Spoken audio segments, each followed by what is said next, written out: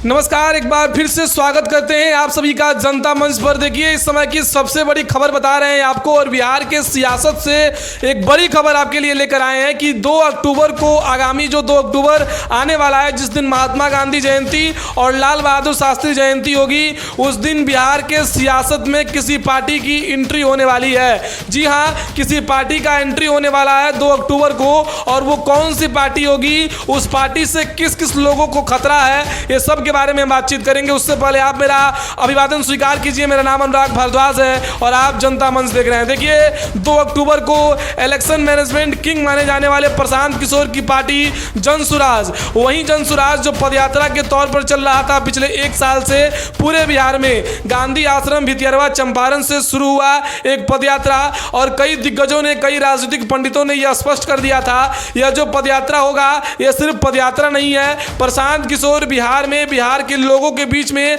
अगर अपना जीवन खपा रहे हैं तो सिर्फ इसलिए कि उनको भी राजनीति करनी है और वो भी पार्टी बनाना चाहते हैं। इसका जल्द ऐलान होगा।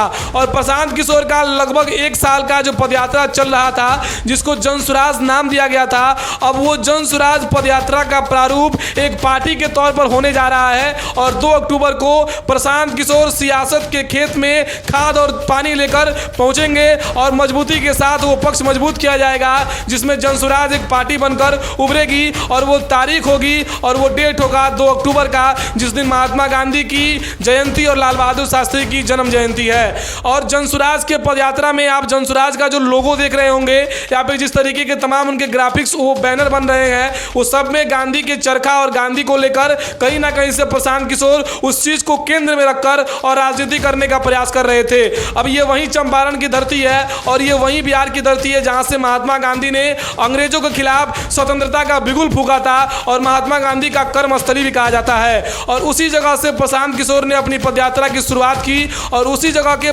पदयात्रा के बाद अब प्रशांत किशोर लगातार लोगों के साथ जुड़े, बिहार के लोगों की समस्याओं को लेकर, खराब शिक्षा, बदहाल व्यवस्था, बेरोजगारी, भारी पलायन इत्यादि जितने भी बड़े बड़े मुद्दे हैं, स्वास्थ्य की समस्या, सभी को लेकर अराजकतावादी सरकारों के ऊपर लगातार, जिस तरीके से पिछले जितने भी समय में अराजकतावादी सरकारें रही हैं, इन सब के ऊपर प्रशांत किशोर आक्रमण करते गए हैं, लोगों के साथ बताते गए हैं कि बिहार में क्या क्या हुआ है, इंडस्ट्री को लेकर कि किस तरीके से लोग भारी मात्रा में पलायन करते हैं। इन सभी बातों को लेकर प्रशांत किशोर गांव-गांव लोगों के बीच में गए हैं। अब लोगों का क्या फीडबैक है प्रशांत किशोर के प्रति, इसके बारे में भी हम समझ लेते हैं। देखिए, लोगों का फीडबैक स्पष्ट है, लेकिन प्रशांत किशोर अगर सोचते हैं कि बिहार के राजनीति को इतना हल्का में ले, जिसमें एक पार्टी बन जाए और पार्टी सीधे विधानसभा में आ जाए और सीधे सरकार बना ले, तो शायद ये मुश्किल होगी। क्योंकि बनी बनाई पार्टी जिस तरीके से लगातार पार्टियां हैं, आरजेडी, जेडीयू से लेके लोक जनशक्ति पार्टी इत्यादि जितनी भी पार्टियां हैं, ये सभी पहले से पार्टियां हैं। लेकिन ये कहीं ना कहीं से चुनौती होगा प्रशांत किशोर के लिए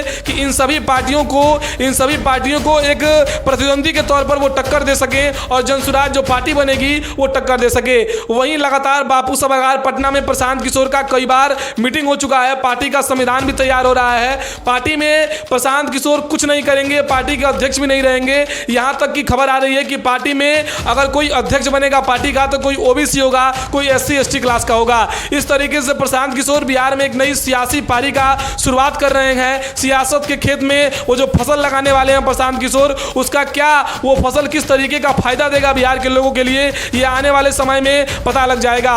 लेकिन हम समझ लेते हैं कि आखिर प्रशांत किशोर की इस पदयात्रा और पार्टी की वजह से किस किस लोगों को परेशानी हो सकती है। तो देखिए, बिहार में जितने भी वैसे लोग हैं, चाहे वो एनडीए गठबंधन हो, वो चाहे इंडिया गठबंधन हो, जो लोग ये सोच रहे हैं कि इस बार बिहार में 200 प्लस सीटें लाएंगे जो विधानसभा का चुनाव होगा, तो 243 विधानसभा सीटों में अगर लोग सोच रहे हैं कि 200 से अधिक सीटें आएंगी, तो शायद बड़ी भूल हो सकती है। क्योंकि प्रशांत किशोर के पार्टी और प्रशांत किशोर के प्रति लोगों का जो फीडबैक है वो पॉजिटिव जा रहा है। लोग कह रहे हैं कि इस बार नए चेहरा और नए उमंग के साथ प्रशांत किशोर अगर बिहार में आए हैं, तो प्रशांत किशोर के ऊपर भी एक बार ट्रस्ट किया जाना चाहिए, जिसमें प्रशांत किशोर क्या कुछ कर पाते हैं। जिस तरीके से युवाओं को रोजगार देने की बात कर रहे हैं पंचायत स्तर पर, जिस तरीके से वे कह रहे हैं कि अच्छा इंफ्रास्ट्रक्चर होगा, बिहार के लोग पलायन नहीं करेंगे, इन सभी मुद्दों पर लोग काफी विश्वास भी कर रहे हैं प्रशांत किशोर के ऊपर कि एक नया चेहरा और नई पार्टी, इसके ऊपर थोड़ा सा विश्वास करेंगे। लेकिन चुनौतियां बहुत अधिक होंगी, जिनमें किसी पार्टी के लिए, किसी एक नेता के लिए प्रशांत किशोर को वैसे भी बिहार में